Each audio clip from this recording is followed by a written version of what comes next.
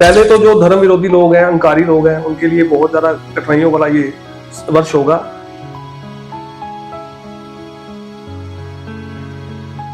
तो ये 9 दिन जो है ये अहंकार को त्यागने के ही लिए होते हैं, क्योंकि नवरात्रों से हमारा नववर्ष शुरू इसलिए होता है कि हम इन 9 दिनों में जो भी हमसे भूल हुई है माता रानी के चरणों में उसकी भूल को हम मान लें। तो सती ने देखा कि देवी देवता उड़ के उनके घर से ऊपर से जा रहे हैं, तो उन्होंने शिव से पूछा ये कहाँ जा रहे हैं। तो उन्होंने कहा कि आपके पिताजी ने एक यज्ञ रखा है जिसमें हमें नहीं बुलाया गया, तो ये देवी देवता जा रहे हैं।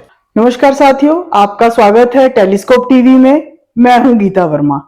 तो हम जानते ही हैं कि कल से नववर्ष शुरू हो रहे हैं, नवरात्रे शुरू हो रहे हैं, तो इसलिए हमारे साथ आज हैं स्टूडियो में एस्ट्रोलॉजर आशु मल्होत्रा जी। मल्होत्रा जी, स्वागत है। नमस्कार जी। जी सभी दर्शकों को मेरा नमस्कार। जी, ये लाल किताब और वास्तु के भी एक्सपर्ट हैं, तो कभी इन विषयों पर भी विस्तार से चर्चा करेंगे, क्योंकि कल बहुत खास दिन है, नववर्ष शुरू हो रहा है, विक्रमी संवत है, तो उसी पर बात करते हैं। जी जी, तो मैं सभी को ये बताना चाहता हूँ कि जैसे कल विक्रमी संवत 2083 आरंभ हो रहा है, तो जैसे भी चैत्र मास की शुक्ल पक्ष की जो प्रतिपदा होती है वो हमारा नववर्ष भी होता है, और ये यहाँ से नवरात्रि भी शुरू होती है जो 19 मार्च 2026 से आरंभ हो रहे हैं। गीता जी, तो ये एक अगर मैं इसका योग बताऊं तो बहुत शुभ योग होगा, क्योंकि कल से सूर्य जो राजा है विक्रमी संवत 2082 के, वो सिंहासन से उतर जाएंगे और नए जो राजा है देवगुरु बृहस्पति वो सिंहासन पे विराजमान हो जाएंगे, और 13 अप्रैल तक मंत्री सूर्यदेव रहेंगे।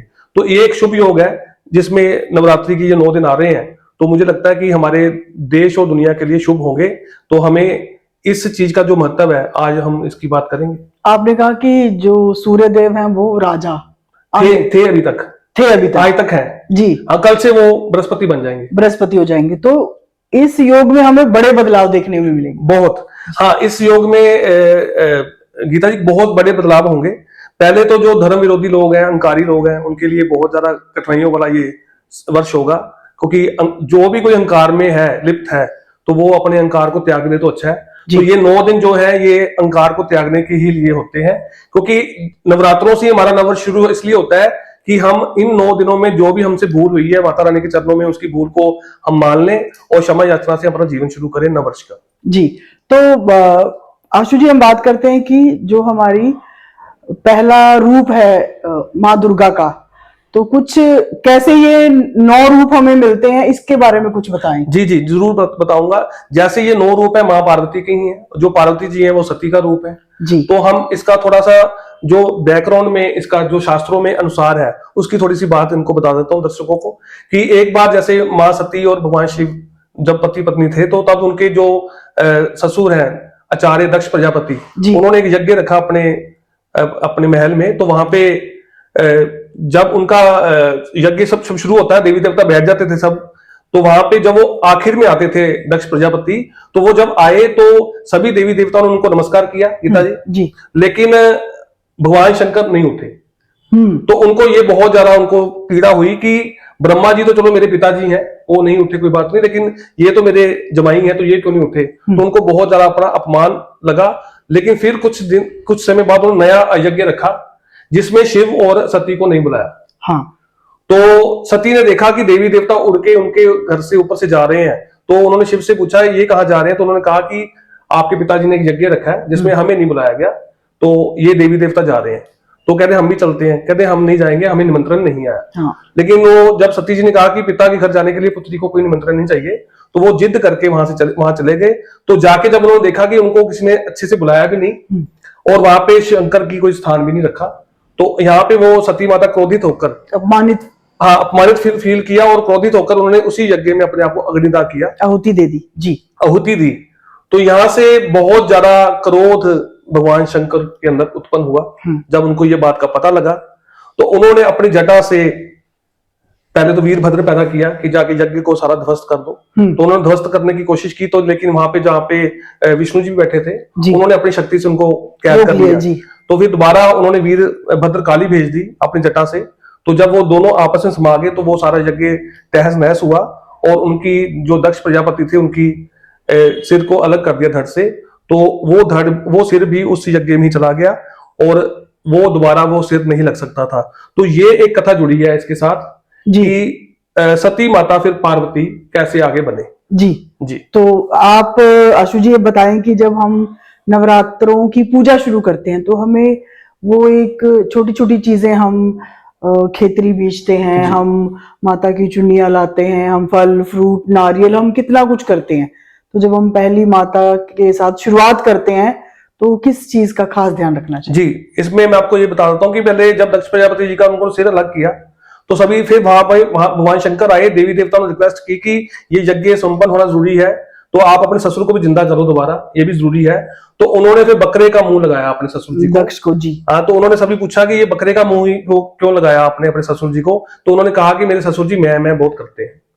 तो, हाँ, तो यहाँ पे ये कथा जुड़ी और उन्होंने ये कहा कि जब सती आज से 1000 साल बाद जब पार्वती बनकर आएगी तो दोबारा ये उनका मुंह ऐसा ही हो जाएगा। तो यहां से ये कथा जुड़ी है, इस नवरात्रों की शुरुआत यहां से हुई है।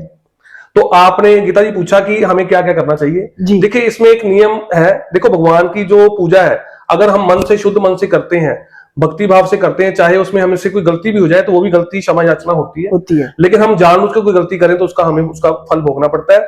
तो इसमें आप एक भी बात का ध्यान अवश्य रखिए, अपने घर में सजावट रखें, सफाई रखें, माँ की खेतरी बीजें, 9 दिन ये नवरात्रि रखने की बहुत अच्छे दिन है, और घर में माता रानी के भजन लगाएं, बच्चों अपने आपस में मिठास रखें, अपने क्रोध को नियंत्रण रखें, घर में कोई क्लेश ना होने दें। तो ये आप बात का ध्यान रखेंगे तो बहुत जरूरी है। लेकिन आप माता रानी को फल फ्रूट चढ़ाएं, मिठाइयां चढ़ाएं, उनको फूल चढ़ाएं, घर को सजाएं, लेकिन उसमें 2 चीजों का ध्यान अवश्य रखें जी। उसमें आप एक कमल का फूल रोज चढ़ाएं, 9 के 9 रूप को, और अनार जरूर हो, अनार जी, ये आप अवश्य करें। इससे आपको बहुत ज्यादा आपके मन में, आपके जीवन में बहुत सुख शांति आएगी। और इसके बाद आप भगवान शंकर के मंदिर में इन 9 दिनों में कमल गट्टे की माला जरूर चढ़ाएं, उस पर इत्र लगाकर, इससे बहुत ज्यादा आपको अच्छे फल मिलेंगे जी। तो आशु जी अब हम आगे बढ़ते हैं कि जैसे दूसरी माता का रूप है हमारे पास, माँ पहला रूप, हाँ शैल माता जी का जी। तो शैल माता जी की हम पूजा में जब आगे जैसे, हाँ जी, पहला रूप माता का है शैलपुत्री जी, जो हिमालय की बेटी है जी। तो पार्वती का ही रूप है। तो शैल का मतलब होता है ऊंचाई। तो शैल ऊंचाई का मतलब होता है कि अगर आप इन रूप की पूजा करते हैं तो आपको जीवन में ऊंचाई मिलती है, आप जिस मार्ग में चल रहे हैं उसमें आपको ऊंचाई मिलती है। और ऊंचाई जो बड़े बड़े पर्वत है बर्फ से ढके हुए वो शनि के हैं, आपका शनि ठीक हो जाता है, आपके कई सिस्टम में, आपके जीवन में कई परिवर्तन आते हैं, आप नियम से चलते हो, आप बहुत ज्यादा पैसा अर्जित करते हो, इससे आपको मिलता है। और नारद मुनि जी के कहने पर मां शैलपुत्री ने भगवान शंकर की तपस्या की, घोर तपस्या की उनको पति रूप में पाने के लिए। तो ये रूप ये दिखाता है कि धैर्य से, तपस्या से आप कितनी ऊंचाई पर जा सकते हो। तो मां का पहला रूप मां शैलपुत्री के नाम से जाना जाता है। तो मां शैलपुत्री बहुत ही ज्यादा रूप देखने में और उनकी पूजा करने से वो अपना आशीर्वाद जरूर देती हैं। वो बैल की सवारी करती हैं जी, उनके एक हाथ में त्रिशूल, दूसरे हाथ में कमल का फूल है। तो माँ का ये रूप बहुत ही सुंदर है। और अगर आप माँ को भोग लगाते हो तो आपकी मन चाही मुराद पूरी होती है, और आप कोई बड़ा काम करना चाहते हो तो ये रूप आपको उस ऊंचाई तक ले जाता है जी जी। तो अब हम आगे बढ़ते हैं, आप दर्शकों को बताइए कि जो हमारा दूसरा नवरात्र है हम उसमें किस रूप की पूजा करते हैं और कैसे करते हैं, और कौन से फलदायिनी है वो। माँ का रूप दूसरा जो है वो माँ ब्रह्मचारिणी जी है जी। ब्रह्मचारिणी जी तप, त्याग और तपस्या की कारक है। इनका जो हम अगर इनकी पूजा अर्चना करते हैं तो ये हमारे जीवन में धैर्य, तपस्या और हमें विश्वास का एक बहुत ज्यादा ये हमें वरदान देती है कि कैसे आप मेहनत कर करके, घोर तपस्या कर करके आप अपने जीवन में हर कार्य कर सकते हैं जो हमें नामुमकिन लगता है गीता जी। तो ये माँ का ब्रह्मचारिणी का रूप ऐसा ही है। माँ ने भगवान शंकर को पाने के लिए पति रूप में घोर तपस्या की है। उन्होंने अपना खाना पीना भी छोड़ दिया, जो मिला वो खाया। तो उन्होंने वो करके दिखाया और भगवान शंकर उनकी इन तपस्या से प्रसन्न हुए और उनको पत्नी रूप में उन्होंने अपनाया। तो ये माँ का रूप उन लोगों के लिए बहुत अच्छा होगा जो किसी विषय पे काम कर रहे हैं। अगर वो अपने विषय पे माँ का ध्यान करके तपस्या से चलते रहें तो उनको बहुत ज्यादा जीवन में कामयाबी मिलेगी। और ये नियम ऐसा होता है कि जैसे माँ के एक हाथ में माला है, जप माला, दूसरे हाथ में कमंडल है, तो अपना ध्यान जरूर लगाएं, मेडिटेशन जरूर करें। जिससे क्या होगा कि आपके जीवन के अंदर जो नकारात्मकता है आपके अंदर वो खत्म होगी और आपके अंदर सकारात्मकता का वास होगा और आपके हर कार्य में बनेंगे। तो दूसरा रूप माँ ब्रह्मचारिणी जो हमें धैर्य, तपस्या और त्याग का विषय समझाती है जी। तो दर्शकों जैसे हमने जाना कि जो दूसरी माता है हमारा ब्रह्मचारिणी जो रूप है वो हमें संयम, आम जीवन में भी तपस्या और ये सारी चीजों का वो देते हैं। तो हमें एक जो गृहस्थ जीवन है उसमें भी हम कई चीजों को अपनाकर जो ब्रह्मचारिणी माता जी का जो संदेश है उसको जीवन में उतार सकते हैं। तो आशु जी जो तीसरी माता है हमारी जी, माँ का जो तीसरा रूप है वो माँ चंद्र घंटा है। तो माँ के मस्तक पे आधा चंद्रमा विराजित है। तो माँ चंद्र घंटा ऐसा रूप है जो आपको शक्ति देती है, आपको योद्धा बनाती है, आपको हर समस्या में जीत कैसे होनी है ये तीसरा रूप हमें बताता है। क्योंकि राक्षस महिषासुर हुआ है जिसका अत्याचार बहुत बढ़ गया था समाज में, तो उनको खत्म करने के लिए सभी देवी देवता पहले तो भगवान शंकर विष्णु ब्रह्मा जी के पास गए और इंद्रलोक के ऊपर उसने महिषासुर ने अपना राज कर लिया था।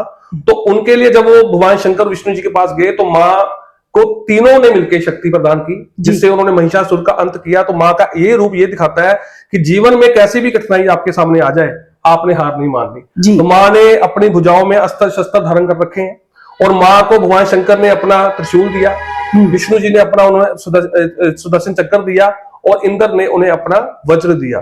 तो ये करने से उन्होंने महिषासुर का अंत किया और पूरे समाज की रक्षा की, अपने भक्तों की रक्षा की। तो माँ का ये रूप दिखाता है कि आप किसी जीवन में समस्या में फंसे तो मेरा नाम आप उच्चारण कीजिए, आपकी रक्षा मैं स्वयं करूंगी और आपके अंदर भी वो बल की उत्पत्ति होगी जिससे आप अपने जीवन में हर समस्या का समाधान कर सकते हैं। चाहे वो शत्रुओं से है, चाहे कर्ज से है, चाहे बीमारियों से है, चाहे आपके जीवन में कोई भी ऐसा कष्ट है, तो माँ का नाम जपने से वो कष्ट हमें दूर हो जाता है। तो माँ का ये तीसरा रूप हमें ये दिखाता है कि हमें अपने जीवन में शत्रुओं से कैसे विजय पानी है और अपने जीवन में कैसे आगे बढ़ना है और परिवार का पालन पोषण करना है। जी। जैसे दर्शकों तीसरी माता जी की जो पूजा है वो हमें अन्याय से लड़ने और हमारा संकल्प भी मजबूत करने में एक हमें बल मिलता है। तो आशु जी हम आगे बढ़ते हैं। जी जी। तो माँ का चौथा रूप है कुष्मांडा जी। माँ का कुष्मांडा रूप ऐसा तेज है जिसके अंदर हजारों सूर्य जैसा तेज है माता के अंदर जी। और सूर्य के भीतर जो लोक है जी, सूर्य के भीतर का जो लोक है माँ पे वहां पे विराजमान होती है। जब पूरे ब्रह्मांड में अंधकार था तो माँ ने प्रकाश किया पूरे ब्रह्मांड में जी। तो माँ हमारे जीवन में वो प्रकाश देती है जो हमें अंधकार से दूर ले जाता है। हम जितना मर्जी अपने जीवन में निराश हो गीता जी, तो माँ का ये रूप हमें वो वाइब्रेशन देता है हमारी बॉडी में कि हम अंधकार से प्रकाश की ओर चले जाते हैं। तो एक छोटी सा प्रकाश का भी अगर हमें बिंदु मिल जाए तो वो बड़े से बड़े अंधकार को काट देता है। तो माँ का ये रूप जो कुष्मांडा है ये हमें वो दिखाता है कि हमें अंधकार से कैसे विजय पानी है। तो कभी जिंदगी में निराश नहीं होना। माँ के हर रूप का एक महत्व है हमारे जीवन में, अगर हम उस महत्व को समझें, अपना जीवन यापन करें, तो मुझे लगता है कि आप कभी जीवन में दुखी हो ही नहीं सकते। तो माँ का कुष्मांडा रूप है, माँ सिंह पे सवारी है, माँ ने अस्त्र शस्त्र धारण कर रखे हैं, माँ अष्टभुजाधारी है, माँ को अष्टभुजाधारी भी कहते हैं जी। तो ये माँ का ऐसा रूप है जिसमें हमें बहुत शक्ति मिलती है कि किसी भी अंधकार से ना डरें और आगे बढ़े माँ का नाम लेके, तो आपको हमेशा कामयाबी मिलती है जी। आशु जी इस बार जो अष्टमी और नवमी है वो एक दिन आ रही है जी जी जी। तो दर्शकों इसके साथ ही मैं आपको बता दी कि जो आज का एपिसोड है उसमें हम पहली 5 देवियों की जो पूजा है सिर्फ उसका ही जिक्र करेंगे और अगले एपिसोड में हम इसको कंटिन्यू करेंगे। तो वो जो पंडित जी हम बात कर रहे थे कि अष्टमी और नवमी इस बार एक ही दिन पड़ रही है, तो वो समझाएं। कई लोगों में ये भ्रांति है कि एक नवरात्रा कम हो गया तो वो नेगेटिव सोचते हैं। इसमें गीता जी एक चीज है, जो इंग्लिश कैलेंडर है वो जो हमारा पंचांग का कैलेंडर है वो सेम नहीं है और जो नवरात्रि की कैलकुलेशन होती है वो पंचांग के कैलेंडर से होती है। जैसे चंद्रमा की तिथि बदल गई तो वो एक दिन में भी 2 तिथियां आ सकती हैं। आपके इंग्लिश कैलेंडर में एक ही तारीख में 2 तिथियां आ सकती हैं, तो वो हम पंचांग से चलेंगे, उसको हम कम कहना नहीं बोलेंगे जी। तो ये चंद्रमा की कलाओं से चलता है, तो इसमें ऐसी कोई डरने वाली बात नहीं है। अष्टमी और नवमी एक ही दिन है जी, कम कुछ नहीं हुआ। तो कई लोग मुझे लगता है 27 को भी नवमी मनाएंगे, मुझे लग रहा है 27 को भी नवमी मनाएंगे लोग, लेकिन हम जो कहेंगे तो अष्टमी नवमी एक दिन है। रामनवमी का उत्सव जो है वो 26 मार्च को होगा और अष्टमी सुबह 11:51 तक हम कर सकते हैं 26 मार्च को ही। तो अगला रूप बताएं माता का। जी जी बिल्कुल। माता का जो 5वां रूप है माँ स्कंद माता है और स्कंद माता माँ पार्वती ही है। और एक राक्षस हुआ है तारकासुर। तारकासुर को एक वरदान था कि उसको शिव जी का ही पुत्र मार सकता है। तो माँ का जो भगवान शंकर के जो पुत्र हैं कार्तिकेय जी वो ही स्कंद है।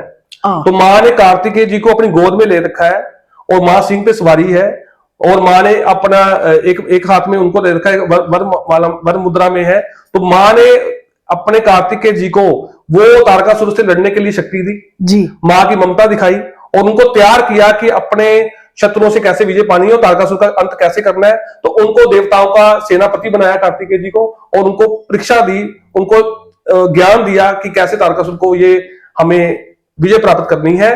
तो माँ का ये रूप ये दिखाता है कि माँ के अंदर क्या शक्ति होती है कि वो अपने पुत्र को इतनी ताकत दे देती है, वो बड़े से बड़ा शत्रु भी हार मान जाता है। हार मान जाता है। तो ये रूप माँ का, स्कंद माता का ये हमें दिखाता है। और जिन लोगों को बहुत नेक औलाद चाहिए तो वो इस माँ के रूप का जरूर उच्चारण करें, माँ का नाम का ध्यान करें, तो उनको वो मन चाहिए औलाद मिलती है और कार्तिकेय जैसा पुत्र की प्राप्ति होती है। तो माँ का 5वां रूप हमें ये दिखाता है कि हम कैसे माँ की ममता पाके हर शत्रु पे विजय पा सकते हैं और अपना जीवन में कामयाबी हासिल कर सकते हैं। जी तो ये 5वां रूप माता का बिल्कुल, जैसे आशु जी ने बताया दर्शकों की जो माँ है वो जननी भी है, और अगर जरूरत पड़े तो वो काली माता का या 9 देवियों का रूप धारण करके वो किसी भी कष्ट से आपको पार उतार सकती हैं।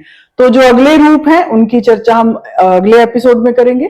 तो मेरी आपसे गुजारिश है कि आप हमारे चैनल को सब्सक्राइब करें, लाइक करें और ज्यादा से ज्यादा शेयर करें। नमस्कार। नमस्कार।